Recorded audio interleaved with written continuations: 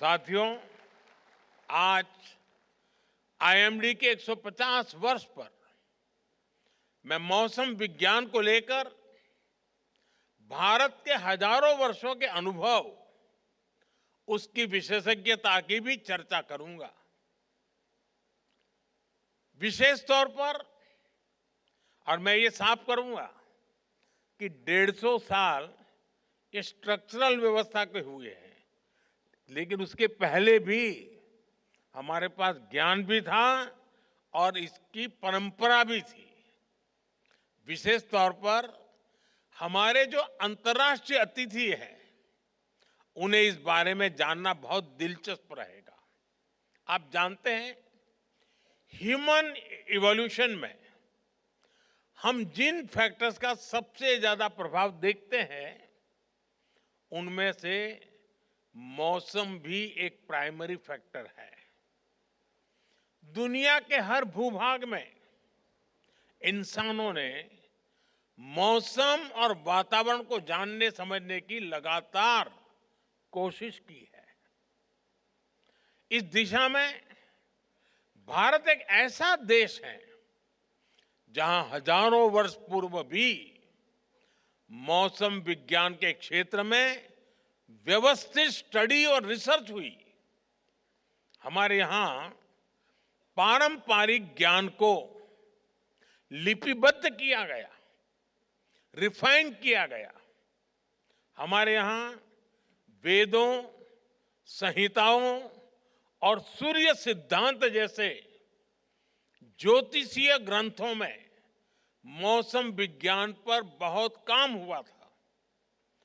तमिलनाडु के संगम साहित्य और उत्तर में गाग भड्री के लोक साहित्य में भी बहुत सी जानकारी उपलब्ध है।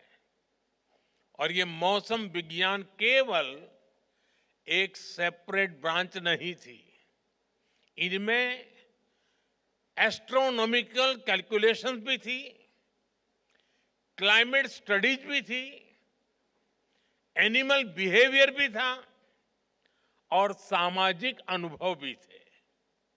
हमारे यहां प्लेनेटरी पोजीशन पर जितना गणितीय काम, मैथमेटिकल वर्क हुआ, वो पूरी दुनिया जानती है। हमारे ऋषियों ने ग्रहों की स्थितियों को समझा। हमने राशियों, नक्षत्रों और मौसम से जुड़ी गणनाएं की। कृषि पराशर ऋषि और बृहद संहिता जैसे ग्रंथों में बादलों के निर्माण और उनके प्रकार तक उस पर गहरा अध्ययन मिलता है। कृषि पराशर में कहा गया है, अतिवातम च निर्वातम, अति उष्णम चाति शीतलम, अत्यभ्रंच निर्भ्रंच षड्विधम मेघ लक्षणम। अर्थात हायर और लोअर एटमॉस्फेरिक प्रेशर, हायर और लोअर टेम्परेचर, इनसे बादलों के लक्षण और वर्षा प्रभावित होती है।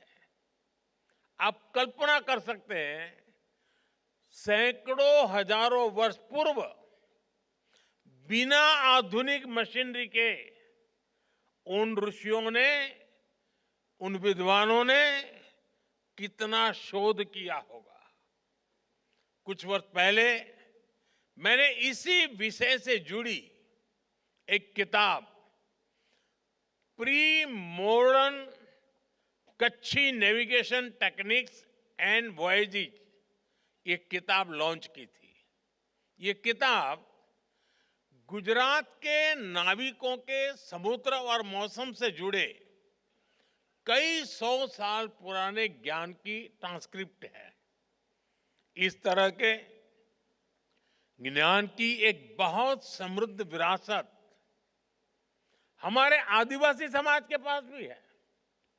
इसके पीछे नेचर की समझ और एनिमल बिहेवियर का बहुत बारीक अध्ययन शामिल है।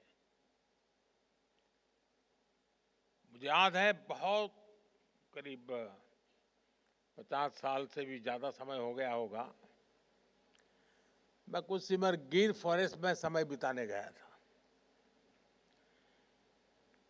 तो वहां सरकार के लोग एक आदिवासी बच्चे को हर महीने 30 रुपया देते थे मानधन।